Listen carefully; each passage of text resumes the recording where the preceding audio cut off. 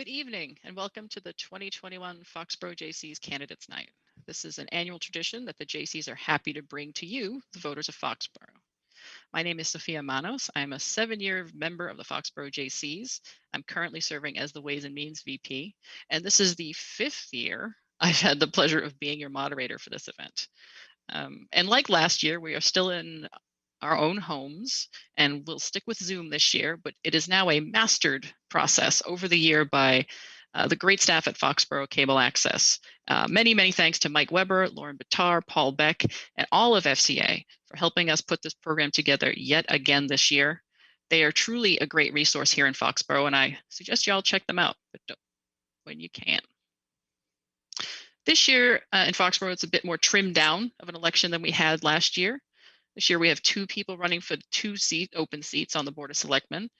Chris Mitchell chose not to run again this year, and we would like to thank him for his time on the board. And tonight, we look towards the possible replacement for his seat, Seth Ferguson, who will be joining us this evening. We will also hear a message from incumbent Selectman Leah Gibson, who could not be here this evening. We also have 3 candidates for school committee this evening: newcomer Sarah Ladani, Selena Chathari, running again, and committee incumbent Richard Pearson. 3 of them will field questions from our local Foxboro Patch reporter, Jimmy Bentley, who is back with us for a 3rd year, and we are very grateful to have him.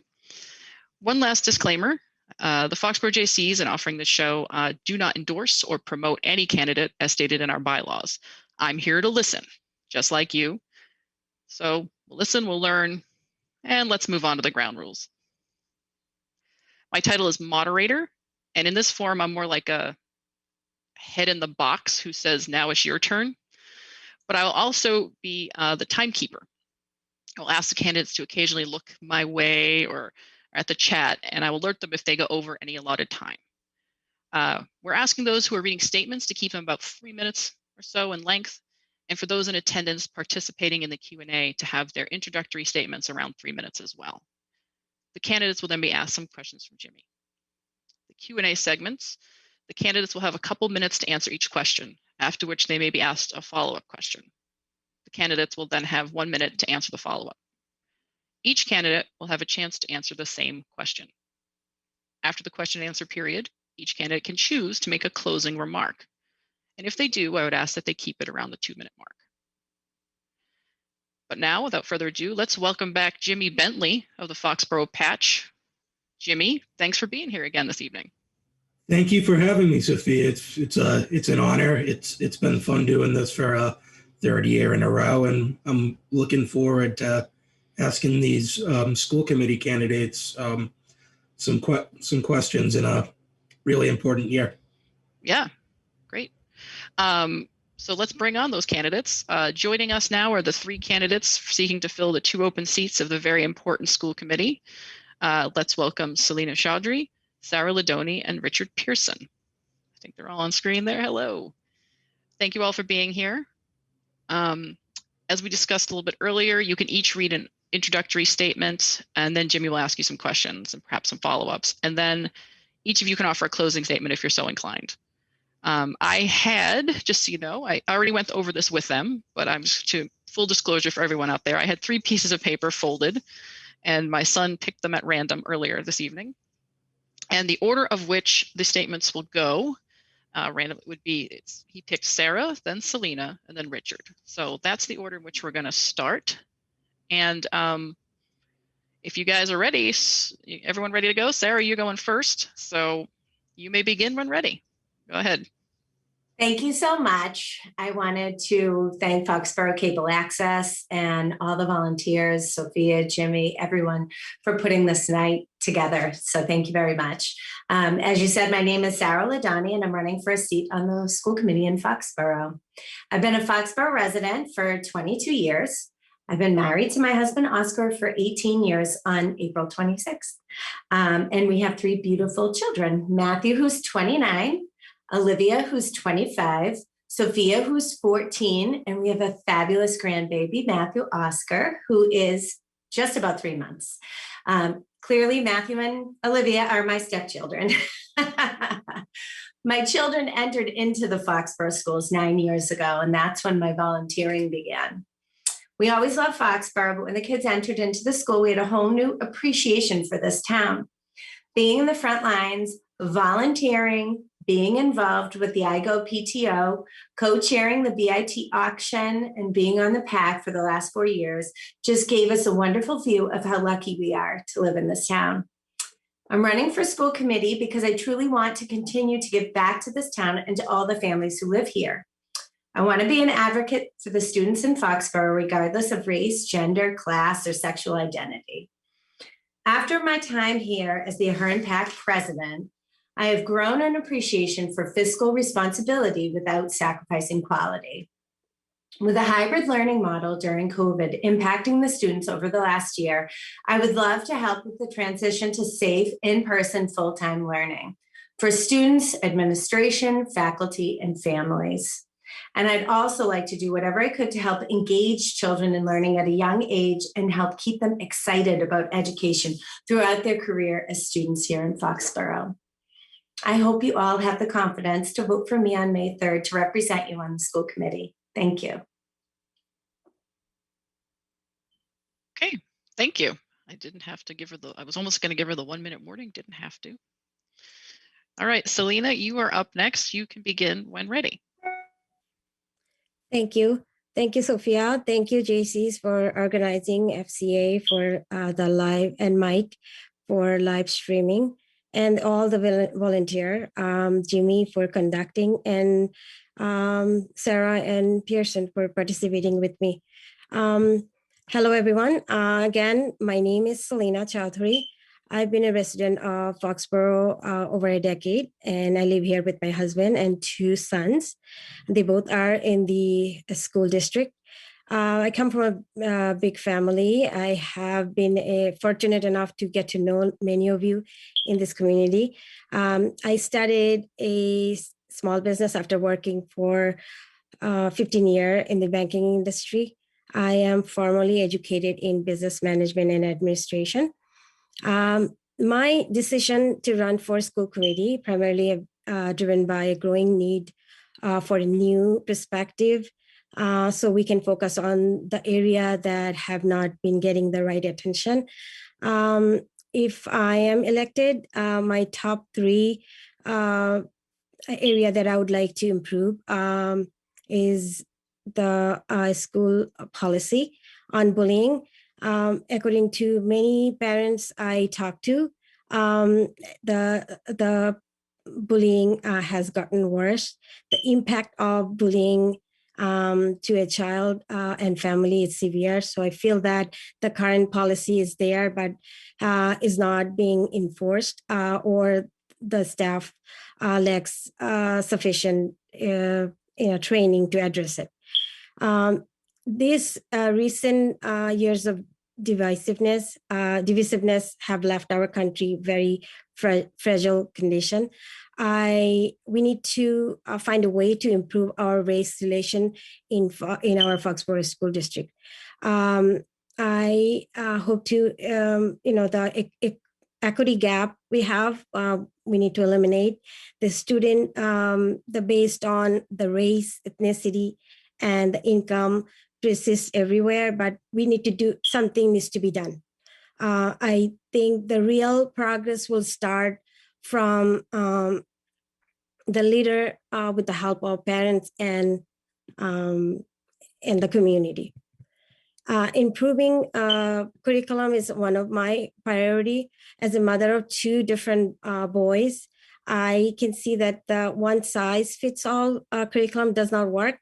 I can say that each child learns differently, different capability and personality. So we need to, the curriculums also needs to be individualized. And we need to look for best practices and what works well and the research. I hope to bring that improvement if I'm elected. I also would like to focus on our budgeting. We need to use our budgeting to bring more inclusivity, because we need to, use our budget wisely so we can, pay attention to our children. Okay, thank you. And Richard, when you're ready, go ahead. Thank you very much, Sophia. And first of all, thank you to the Jaycees and the Cable Access for making this available to our community. Thanks to Jimmy for your service in reporting out to our town.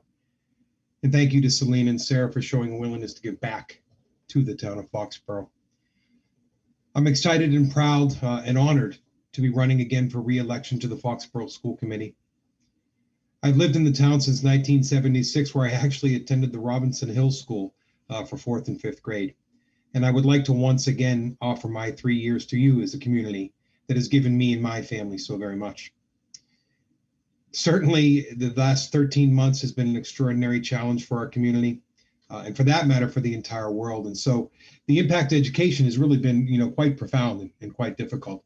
I will once again work these next 3 years to continue to collaborate with our school department leadership and to help maintain progress during the pandemic and out of the pandemic as the next school year begins.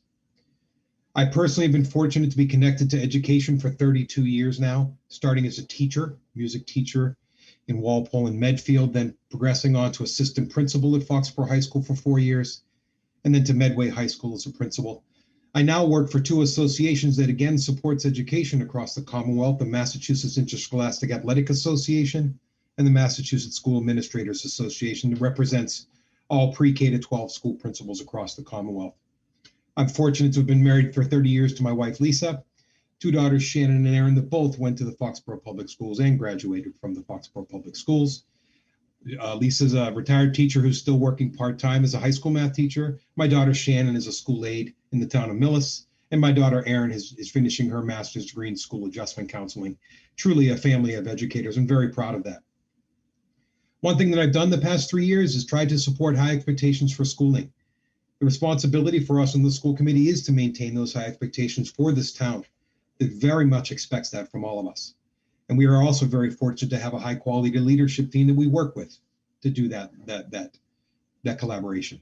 During the 13 months of the pandemic, I've worked diligently to be attentive to our needs during this pandemic, but also to budgeting and finances. Very proud of that, very proud of our school department to have sought $1.7 million in grants and to manage the budgeting process very effectively.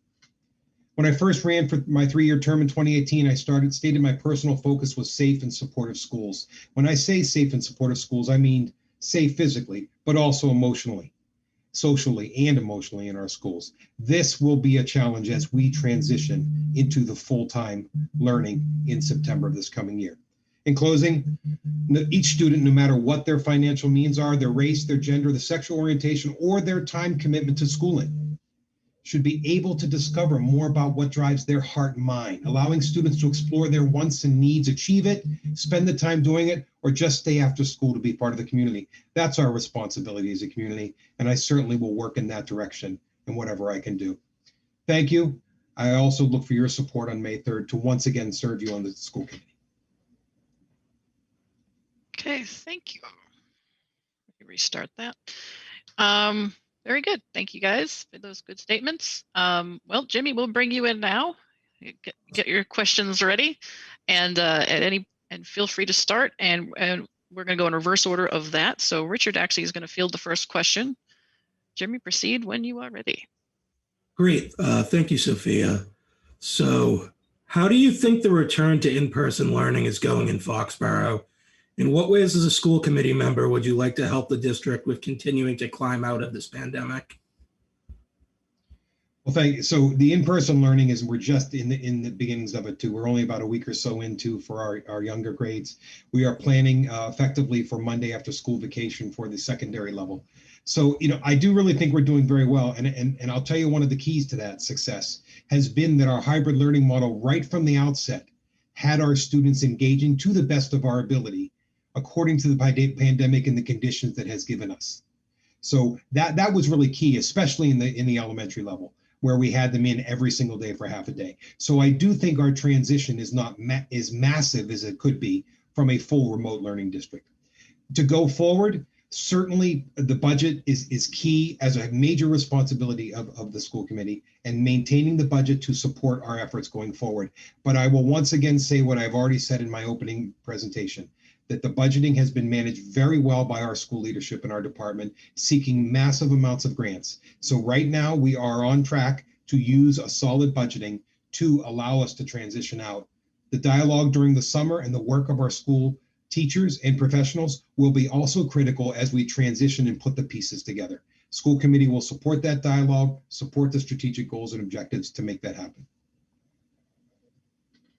Okay, Jimmy, do you have any follow-up with that?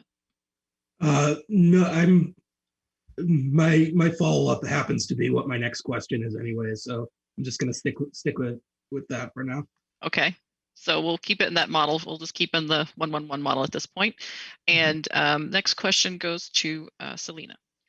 Same question, sorry. Same question to Selena. You can repeat the question, please. Sure. So I know it's early, but how do you think the return to in-person learning is going in Foxboro so far? And if you were elected to the school committee, what would you like to do personally to help the district with continuing to climb out of this pandemic? Getting back to normal. We all know that student learns in person no matter what. There's no substitution. But again, after the pandemic, we need to make sure that our mental aspect of the children, the staff, and the teachers are there. They're ready to teach because getting back to normal, even if it is a new normal for our student and family and staff, we need to concern ourselves with the mental, make sure we are mentally, emotionally, we are ready. I don't know if we are prepared enough. In how much ground academically we have lost, we need to make sure, and what are the resources we need to be adjusted to support getting back on track. We only have, this is the very last quarter. So I don't know, and also the state and federal funding also will be challenging as we, balance our budget, as Pearson said. But again, I recently saw our president's new relief plan. Also, it's $81 billion towards this school coming that should help out to get our student ready for back to school. Thank you. Okay, thanks. And it'll be the same question for Sarah. And if you're ready for it, otherwise, Jimmy, go ahead and repeat the question. I just like to hear the question over and over again. That's me. Sure, of course. So how do you think the return to in-person learning is going in Foxboro? In what ways, as a school committee member, would you like to help the district with continuing to climb out of the COVID-19 pandemic?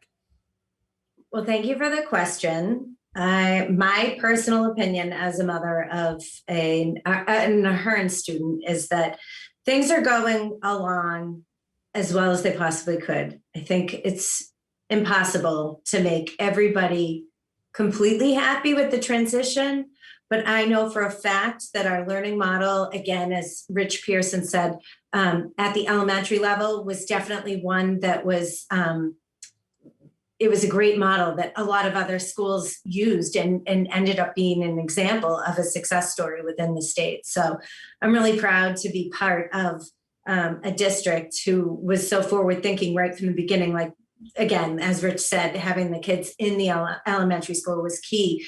Every single day, that repetition, that pattern, that habit, it was great for them. So I do know that the elementary return to in-person learning has been going great. I touched base with Principal Ms. Frazier at the Ahern School in 5th grade is just moving along really well. And it's been really successful. And, as far as the secondary education kids, we're going in the right direction for a successful return to in-person learning.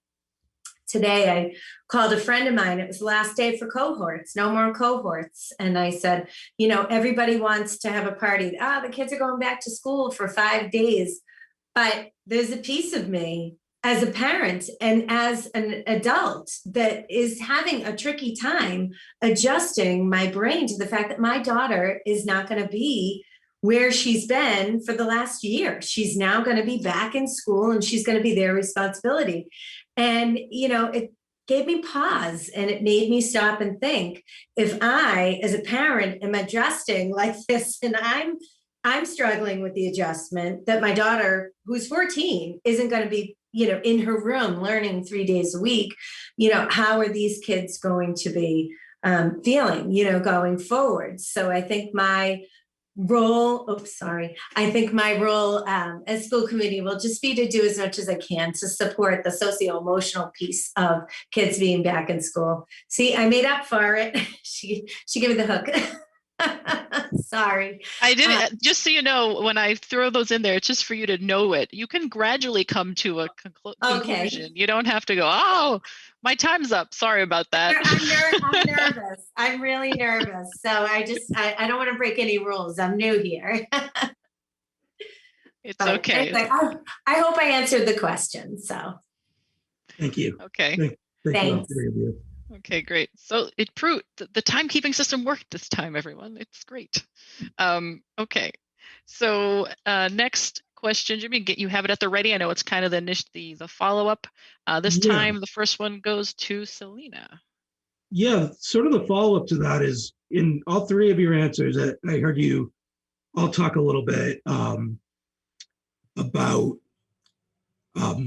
emotional and social needs and how this is going to be an adjustment as we go forward. So I was just kind of looking for some specifics on how you as candidates, what sort of ideas would you bring into trying to improve like social, emotional learning and safety, as well as physical safety as we come back to in-person learning? What I would, would do is bring in expert like we have so many high school students going back to school, and the only a few counselors are available to deal with their social and emotional need. I probably will see that to increase, and also the social for social worker or even psychologist to review, students' behavioral need, because they've been through so much. They were out of school for so long, and also how we are going to catch up with the lost work have done. So I would like to see and bring in more expert in the table. Okay, great. Any follow-up there, Jimmy? No, Okay. Thank you very much, Selena. All right. The next up is same question to Richard. You can go ahead and repeat the question, or if Richard's comfortable with it, you don't have to repeat it. It's just me. Thanks, I'm good with it. Thank you. Okay. As the specifics go, the role of the school committee must be to ask the questions and support the initiatives and the design that the school department is bringing forward. I can tell you that already the school department has worked and brought in some PD just in the past month or two, professional development for our teaching staff to bring this extra special awareness. So as a school committee member, I would absolutely support that. I would support the budget that backs it and allows it to take place. I think the constant communication about expectations that we represent for the community as school committee members, the expectations that we take social and emotional care of our children is critical. And that's how I can lead as a school committee member in that direction, so that the school leadership understands that from us. The school leadership and management must be tasked with and responsible for, and should be responsible for managing and selecting the material and the professional content. That's their expertise, and they should be allowed to do that. But for us to support it as a school district and as a school committee is backing the budget backing the direction, and then asking for the reporting out to the committee. So we have all seen this in many years in the Foxboro Public Schools, where our guidance department reports out about initiatives. Our special education department just reported in the last 6 weeks about what they're doing for special ed students from the get-go, from first day right through now. So asking for the reporting, asking for where we are at, having them expect that they owe us that opportunity for reporting is a valuable way that we can lead from the school committee seat. Thanks, Jimmy. Thank you, Richard. Okay, great. Same question. Last goes to Sarah. You can feel free to repeat the question if necessary. That'd be great. Yep. Please repeat. Yeah, of course. So I know the question, but yeah, in the previous question, all three of you talked about the importance of not just physical safety, but transitioning back in like a very like social and emotional manner. I was just wondering what sort of ideas you would bring to the school committee to help make that happen. thank you for the question. I have been now the PTO president the PAC president, which is the parent group at the middle school, for 4 years. And that's put me in direct contact with the middle school principal and sort of in the front lines. As Richard pointed out, my role will be changing to more listening and maybe less suggesting. The socio-emotional piece is so important, and I am so confident in the people, the administrators, the teachers, the principals, just working with them for the last 4 years. I am really confident that they have our kids' best interest at heart. I think that they are working. Karen Fraser is so funny. I get calls, I'll get emails from her. It'll be 10 o'clock on a Sunday night. They're so committed. I joke with her that she has a bed in her office because she never leaves. Every time I'm talking to her, she's in school. So just the commitment level of the staff, I'm really hopeful that this is going to go well. I really have a lot of confidence this is going to go well. And as a school committee member, I want to support all the administration, all these ideas. If I'm asked, I'd be happy to bring ideas to the table, but I really do feel that in this role, it's more you're appointing the people, and sort of listening to what they're bringing to the table. But everything I've heard from my current role, I really think that these are the right people to care for our kids going forward. Thank you, Sarah. Okay, great. You were fine that time. No worries. Okay, so game for one last question, Jimmy? Sure. Excellent. Let's get it in there. In this final round robin, we'll start with Richard. So we talked a little bit about budgeting going well for this year, especially with the grants coming through. I've been covering meetings in like a few different municipalities around town, and around not just like Foxboro, but also like Braintree, Stoughton, etc. And one thing I've heard is that this might be something that affects the budget, not just for last year and this year, but it could be like a couple of years down the line. And I'm just kind of wondering if you could anticipate some of the biggest budget challenges that the school district might be facing amid the pandemic, and what role you would be planning to play in future years to help with that. Jimmy, thank you. And Sophia, I don't know if you want to start with Sarah. I started the first question, Selena had the second. Do you want to go to Sarah, or do you want me to run? I did the mute thing. I had it in the random order, so it was the re-randomizer. Oh, okay, thank you. Sorry, thank you very much. I just wanted to make sure it was completely random. Good to go. So so I do think the budget in the short term is certainly the first focus. I will reiterate again, we have been very fortunate to make some very sound decision making in a very swift manner. So Jimmy, I do respect that you are correct that all across the towns in the Commonwealth, we're all talking about the here and now, but then also the then, which is the 12 months or so from now as well too. So I can honestly be very frank with you that I don't have a major budget challenge going forward as caused by the pandemic. directly. And it's not to be repetitive, but the decision making that we started making in March of last year, and kudos to Dr. Bertos and business manager Bill Yukna, was profound. And if you didn't know already, we have 2,400 computers, one-to-one technology in the town of Foxboro now, because of very sound and swift decision making. And that has put us in a leap and bounds forward. So that was some good decision making. And then we were pre-purchasing PPE and all those things. So our budget right now for this current year is really solid. And it's in a good spot where the grants covered ourselves for all the things we needed.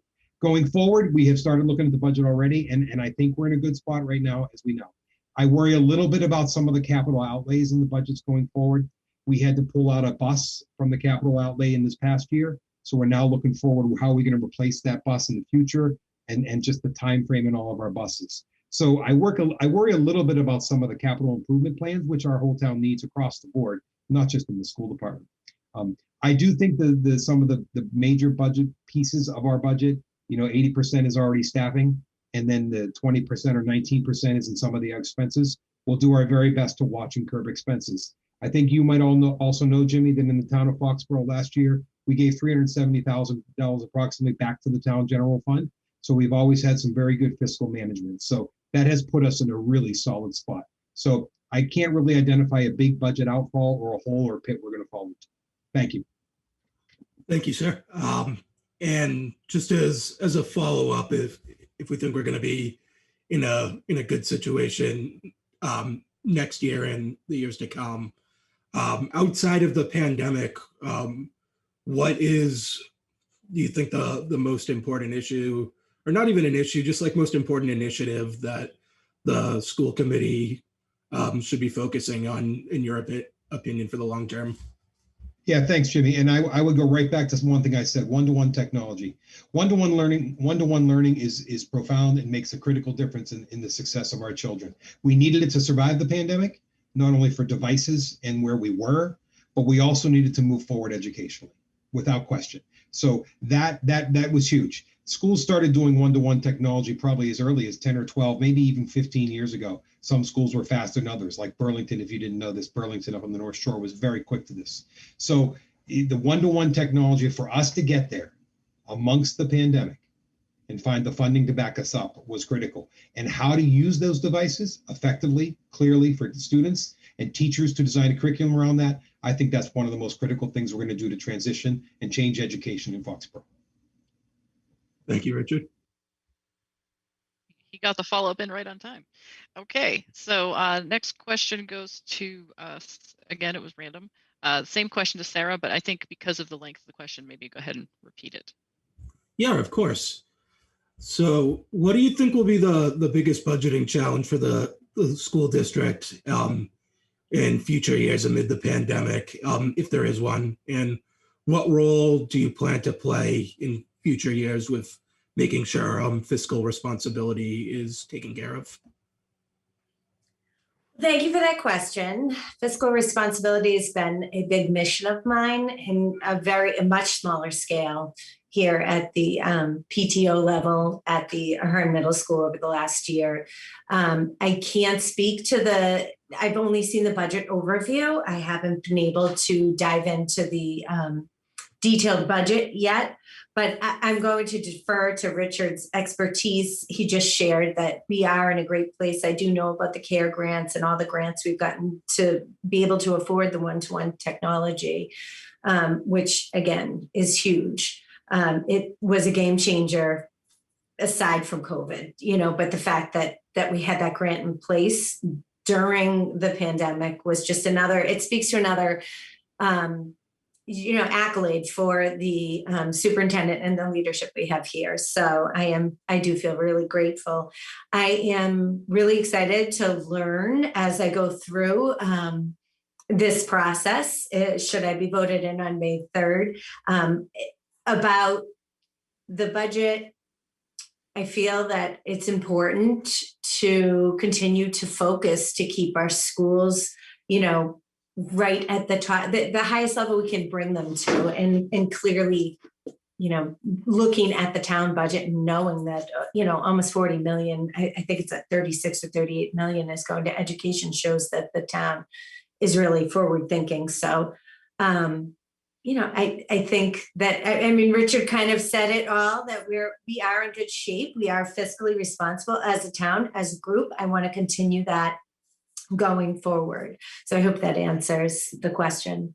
Yes, of course. And I would just ask the same follow-up, post-pandemic, what is like the most important issue or initiative you want to focus on if elected to the school committee? I think just whatever we need to do to keep our schools as sound as they are.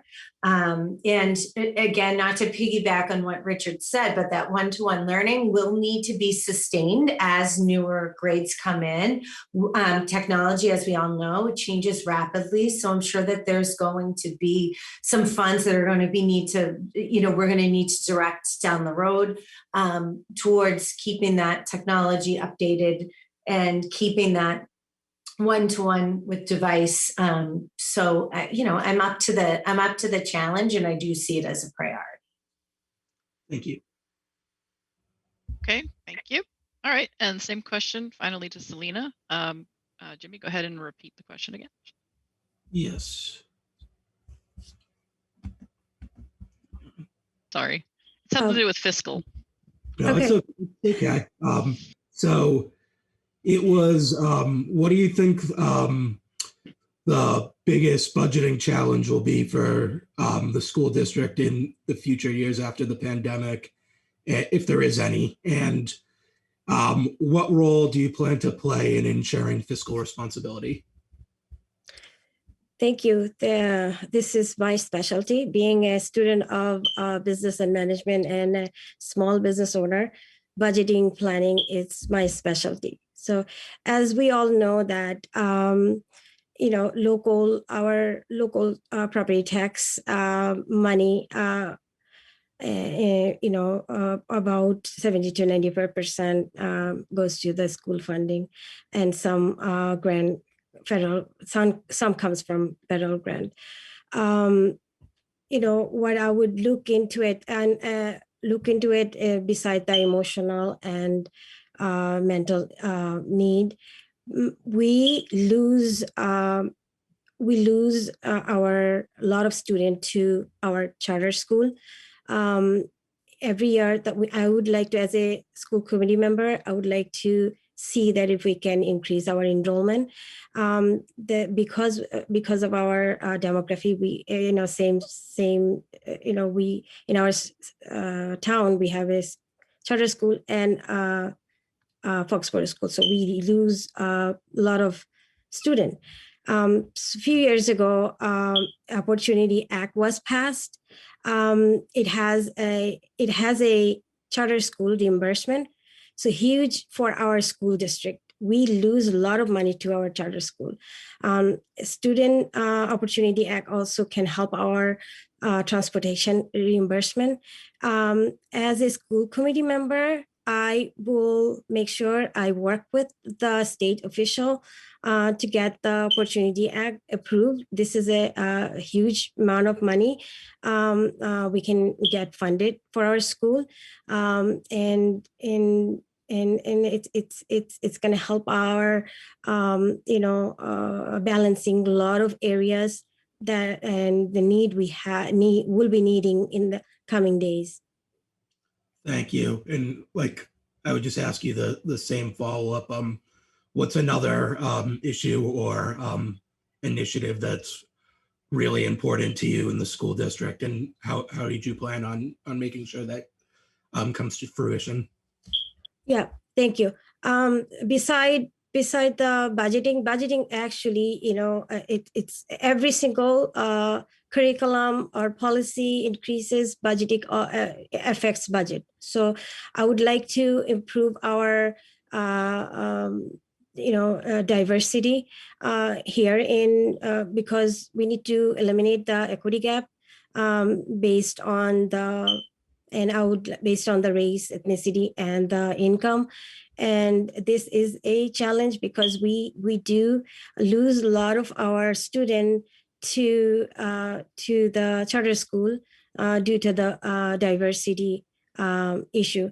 So again, we need to focus on those areas that haven't been looked at before.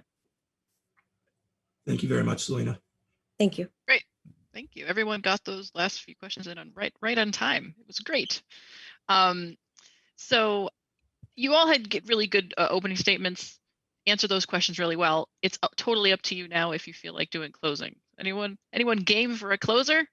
I'm actually just going to leave it. Normally I would force you to do them, but I'm going to leave it to you as your choice at this time. So any takers? Well, I'll just take I'm going to make you all do it. I'll take a real, yeah, I know there's the whole problem, right? If one goes, is everyone else good to go? Everyone good to go? Well, hey, I'll just do real quick closings. I just want to say thanks. Quick, yeah.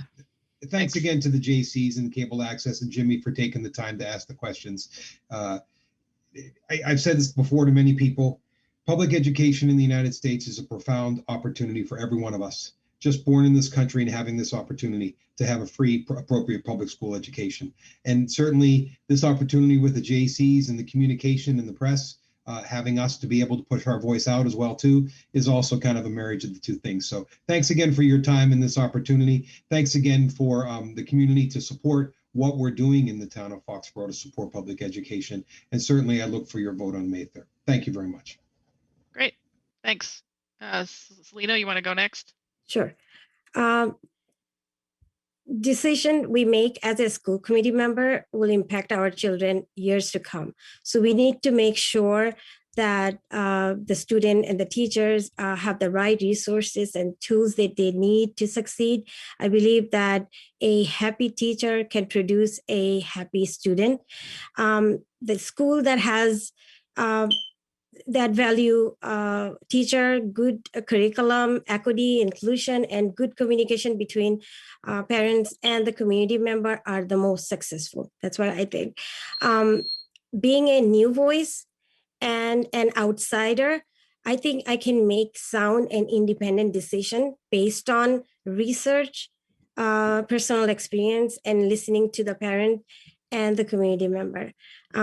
Thank you for your time, everyone, the volunteer and Jaycees and everyone else the viewers who are viewing this candidate night. I ask you to vote for me this coming May 3rd. I hope to bring fresh perspective to the role and help promote diversity and inclusion in our district.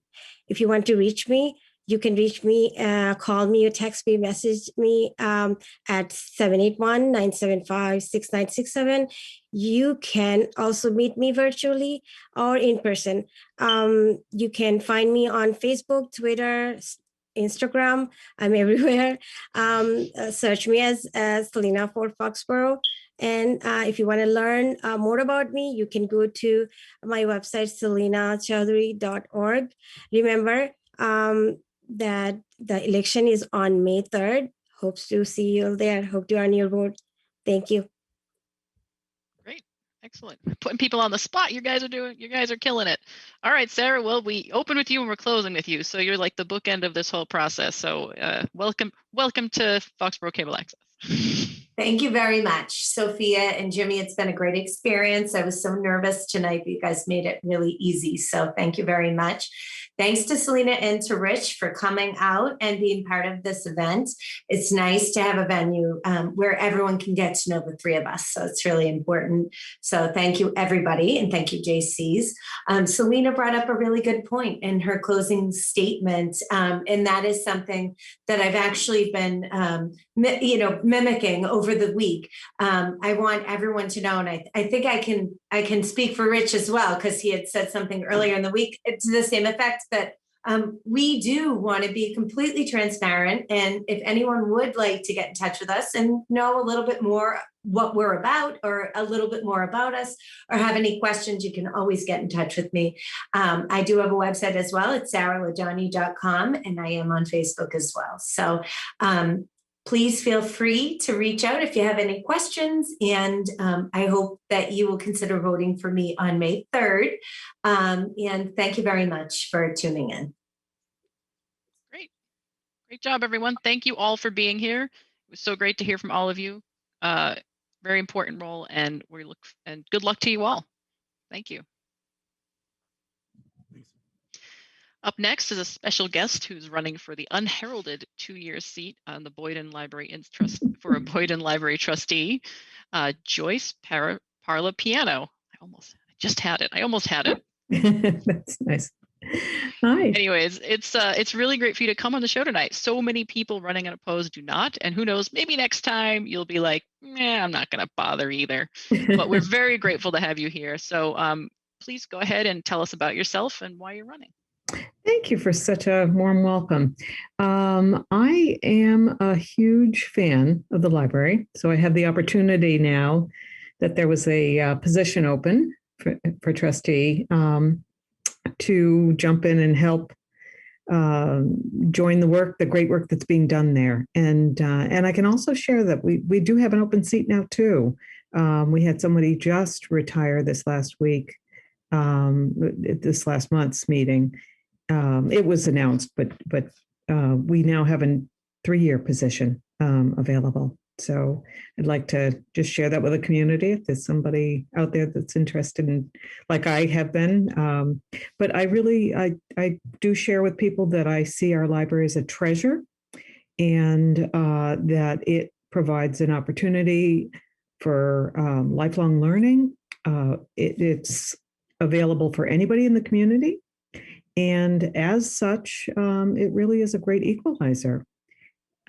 As a trustee for myself, I think it's very important not only just to advocate for the library, but to create a working relationship with the community, the library staff, and the fellow board members who are all great people.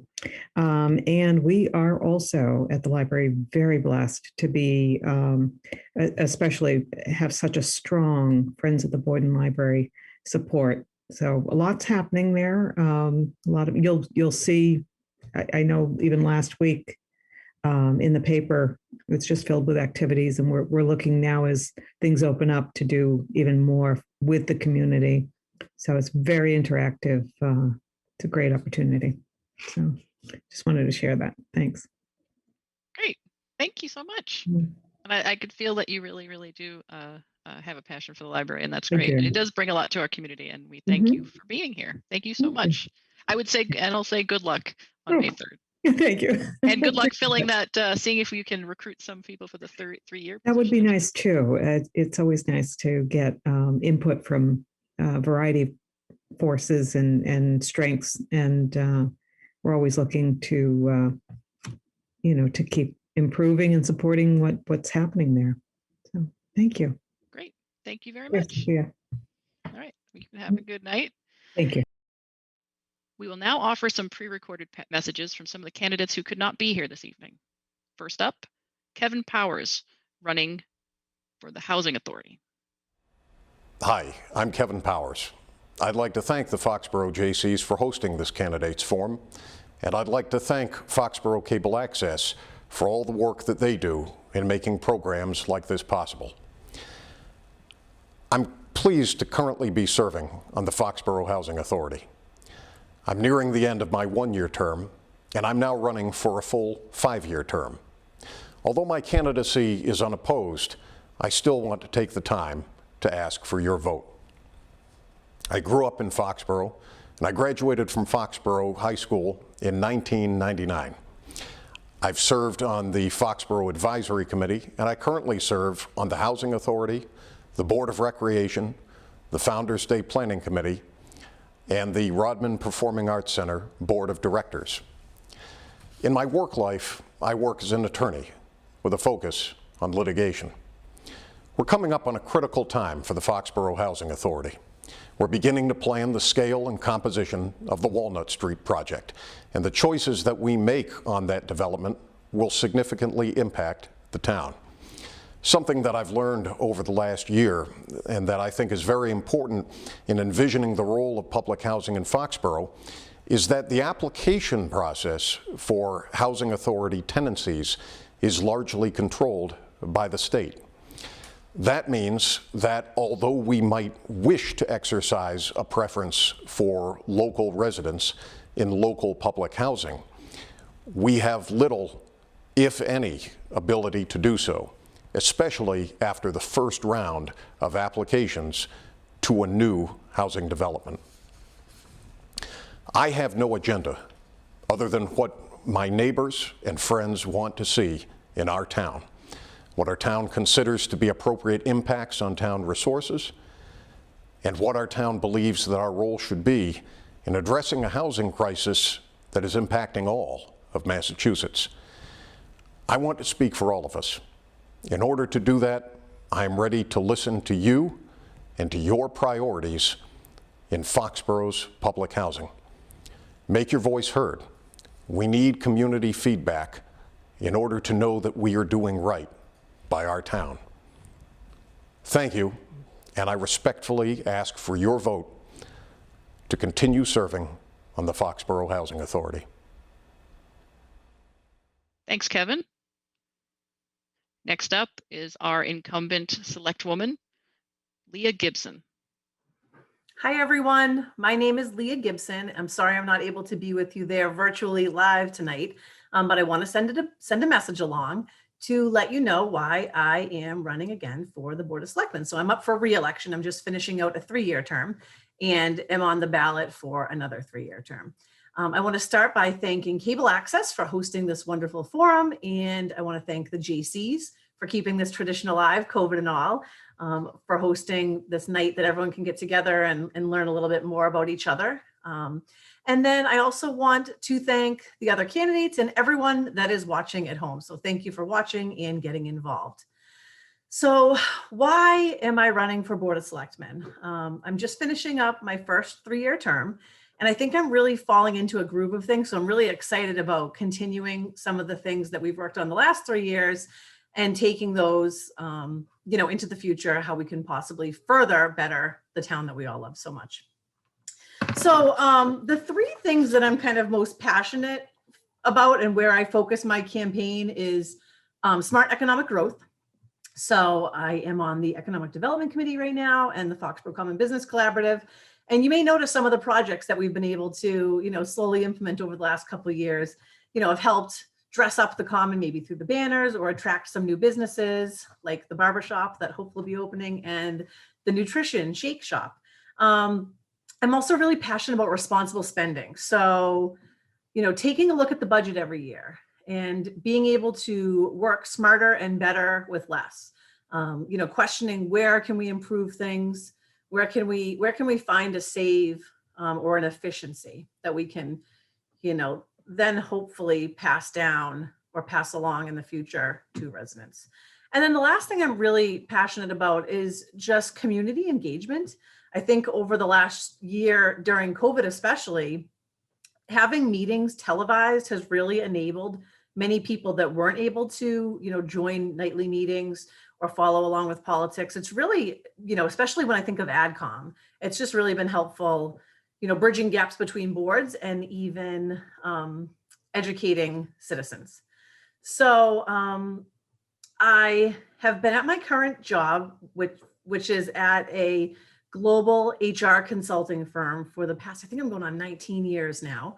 So I'm in a global benefits sales role.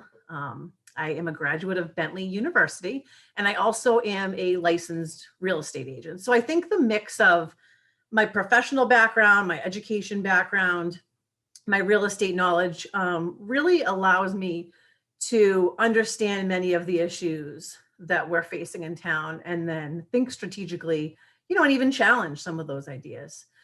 So with that, I won't keep you much longer. I just wanted to say hello. And if anyone ever has any questions, please feel free to reach out to me via email or by phone. My contact information can be found on the Board of Selectmen's page on the town website. So thanks again to everyone out there watching, hosting the event, and participating. I think we all look forward to the election in early May and town meeting. Thank you. Thank you, Leah. And now I just want to take this opportunity to mention other candidates on the May 3rd ballot, all running unopposed, who could not be here this evening. Running along with Kevin Powers for the Housing Authority is Betsy Robertson. Colin Ernst is running for Boyden Library Trustee for a 3-year term. Betsy A. Allo is running for a 3-year term to the Board of Health after serving for 1 year. Kevin B. Weinfeld and Tracy Vasile are running for re-election to the Planning Board for 3 years each. Lori A. Rudd is running for another 3 years as assessor. And incumbent Michael P. Stanton is running to stay on the Water and Sewer Commission. Now let's wrap up with Seth Ferguson, running to fill a vacated seat on the Board of Selectmen. Welcome, Seth. It's great to have you here. Thanks, Sophia. It's great to be here. Thanks for holding this event with the rest of the Jaycees. My name is Seth Ferguson, and I'm running for a seat on the Board of Selectmen. I've decided to run for 2 basic reasons. One, I saw a lead for leadership with an open seat on a critical board in town. And 2, I wanted to give back to a community that I grew up in and that I care deeply about. So regarding the need for leadership, I feel strongly that my experience as a member of the advisory committee has given me a really solid understanding and grasp of the town's structure and how it functions. And then more recently, as chairman of the committee, I was able to develop relationships with town management and with the various heads of the departments in town that enabled really transparent and productive discussions, and with the intent of those discussions to inform the citizens of Foxboro on voting day. So, I would continue to leverage these skills and these experiences that I've had to help Foxboro reach its goals in the coming years. And then, as far as giving back to the community, I'm a proud Foxboro warrior, class of 1991, and my wife and I happily continue to raise our 3 sons here in Foxboro. And I've said this before, there's lots of reasons we love our town, Founders Day, all the great facilities, the schools, and beyond that, it really comes down to the people. And so just, I've used this example recently, but I think it's very relevant, where just this past week, every single member of my family came down with the COVID virus. We're all recovering nicely and doing very well at this point. So, but it meant all of us cooped up in the house in sort of a group quarantine. My parents still being in town, they took really good care of us with groceries and everything. But beyond that, the amount of concern and support and outreach and everything from friends and neighbors in town was really, really amazing. And it was quite touching, actually. And so, this is a community that I'm happy to work for and to represent. So those are the reasons that I'm running for Board of Selectmen for Foxboro. Great. Thank you so much. Now let me introduce you to Jimmy from the Foxboro Patch. Jimmy will ask you a couple questions, and you have 2 minutes or so for the response and 1 minute for any follow-up. And then if you want to offer a closing message, you may do so. Great. I know it's a little awkward doing this by yourself. Usually there's 2 people here, so I don't know any different. That's the same format we use for everyone, so thank you very much. And Jimmy, go ahead. Go ahead and ask your first question. Great. Thanks, Seth. So my first question for you is, what experiences of yours do you think will be helpful in being a good selectman? So as I mentioned, my time on the advisory committee, I think, was absolutely invaluable in terms of being able to hit the ground running on day one, understanding issues. So with the advisory committee, much of it is focused on the budget. So I'm very grounded in the workings of the budget, the issues that people in town have with cost and spending and revenue and a lot of those things rolled up into the impact of COVID-19 and how we're going to come out of that and recover from it. But even more broadly, it's just being engaged and staying engaged in the town and the issues that matter to the people in town.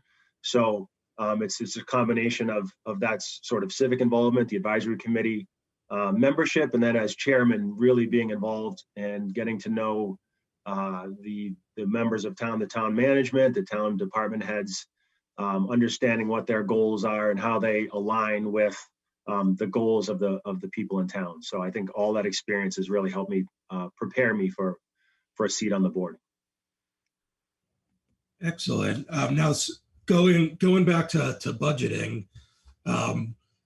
So with COVID-19 impacting basically almost every municipality, if not all of them across the state, what do you think will be the most important thing for you from a budget perspective within the next your term on the board?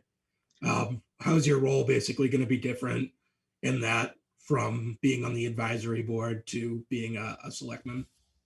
Yeah, so as a member of the Board of Selectmen, we get an earlier view of the budget. So the advisory committee really owns the budget. What they decide is the budget is what goes before town meeting. So we'll get an earlier view, but I think the Board of Selectmen's role is important to make sure that the needs of the town are met in terms of all the services and that the folks in town have come to expect, but also making sure that the budget has to balance, right? There's no way around that. But making sure that any investments we're making in the town are the appropriate investments that are going to return the appropriate yield, that all of the expense items are appropriate and required and needed by the town, and we're looking for efficiencies. If there's any place in the budget that there could be potential savings, we could help identify those along with the advisory committee. So as we come out of COVID-19, it's been a challenging year for many towns and municipalities. I do think Foxboro was positioned well, where we have our reserves to help. But I think we have to be measured in the way we go back to bringing the budget back, because we had significant revenue shortfall as a result of local receipts being down with the stadium and restaurants. So we just need to take a measured approach and continue to be vigilant, and also to be transparent with all of these discussions that we're having about revenue and spend. We need to be transparent, because ultimately for big decisions like the budget, it really is the townspeople that need to decide. So we need to be vigilant, open, and transparent with as much data as possible. Mm-hmm. Do you think, as far as like bringing new revenue in, where do you stand on ideas like the Shoveltown Beer Garden? Because I'm sure the town's going to get some sort of local tax money from that, and other like business ideas that are getting or will be getting approved by the selectmen in the future. Yeah. So I generally believe in a business-friendly climate, and I think reasonable growth is something that most people in town think is appropriate. And I say reasonable, meaning that Foxboro, most people in town appreciate Foxboro's sort of small town feel. I know those words get thrown around quite a bit, but I think people appreciate the character of the town, but that reasonable growth is something that is expected and that people are comfortable with. And I think that a vibrant downtown that extends, further out beyond the downtown region is something that people are generally comfortable with.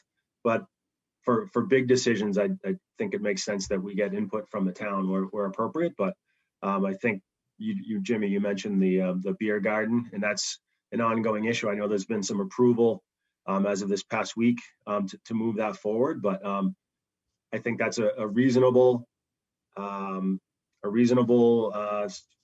something to think about, and safety being the number one priority for something like that. But from where I sit, I think that's an interesting proposition, and it could be good for the town.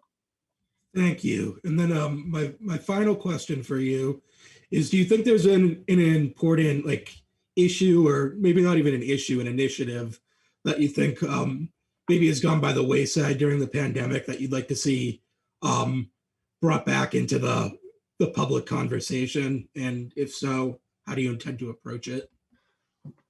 That's a great question, Jimmy. And so something that I've been thinking about since I've been on the advisory committee is how to bring information and data to the townspeople that helps to answer some of the questions that have been lingering over the last several years since I've been on the advisory committee and before that. And some of those questions are around spending. Some of them are around compensation for town employees, investments that we're making in different infrastructure projects. And so what I'm thinking about is transparency of that data, figuring out a way to answer these questions in a way that is so that everyone's working with the same data points. Oftentimes you'll have different points of view where someone will reference a 30% spending increase and someone else is saying, well, it only increased by 4%. Say that just, those are made up numbers. But being able to have everyone at the table with the same information and the same data points so that we can have those conversations in a more constructive way. So I know that there's towns in the Commonwealth that have different approaches to providing information and data. So that's just at a high level, that's one of the things that I'm thinking about, to have those really constructive conversations to move forward on some of these initiatives. So does that help? Yeah, thank you very much, Seth. I appreciate it. Sure. You all set, Jimmy? Yeah, I'm Those satisfied. are good questions. All right. Great Seth, question. how was that, easy or what? You That did was great. that was fun, actually, Sophia. I like that. Okay, great. I didn't even have to. I was looking at my clock the whole time. I didn't have to say anything. Everything was perfectly timed. Wonderful. All right. So would you like to go ahead and do a closing statement? Please do so. Yeah, I mean, short and sweet. I think it comes down to the skill and the will. I like to think I have the skill, as I mentioned before, in terms of critical thinking and relationships. And then it's the will. It comes down to, do I want to do it? And yes, I do want to represent the town and put the work in to bring Foxboro. And there's challenges with recovering from COVID. And there's other things that the town has to deal with, budgetary types of things. But I think I have the will to want to dig into those things and really help Foxboro move forward to what I see as a very prosperous future. So I want to do my part for Foxboro. Great. Thank you so much for being here. Thanks for having me. Awesome. Well, good night. Thank you for being here again. Good luck to you. And good night. Thanks very much, Sophia. Awesome. And Jimmy, once again, we literally could not do this without you. So thank you so much for you and your great questions tonight. Huzzah to you in the patch. So we really appreciate it. And Thank also you. have a Jimmy. great night. Thanks. It's a pleasure to be here as always. Great. Well, that brings our program to a close. We would like to thank the candidates for taking the time to be with us tonight. Once again, thank you to media panelist Jimmy Bentley for his thoughtful questions, and big thanks once again. And again, we literally, not only can we not do it without Jimmy, we can't do it without Foxboro Cable Access, who continually partner with us for this year after year, and we are forever grateful. This program will be rebroadcast on Foxboro Cable Access up until Election Day, which again is May 3rd. Please see the FCA program schedule and for show dates and times, but you can also view this program on their website, fcatv.org. And finally, we'd like to thank you, the audience at home, for tuning in and taking an active role in the upcoming election by being an informed citizen. We hope that the information in this broadcast will help you and make your decision for May 3rd. And don't forget about the town meeting, ever important town meeting that is always following a week after our election, and that is on Monday, May 10th. I think it's still, I didn't check, but it's usually at the Foxboro High School. And if I say it wrong, Bob Cutler can just slap my hand, but I'm pretty sure it's, so please join us on the town meeting on May 10th. And that will do it. So on behalf of the Foxboro Jaycees, thank you for watching and good night.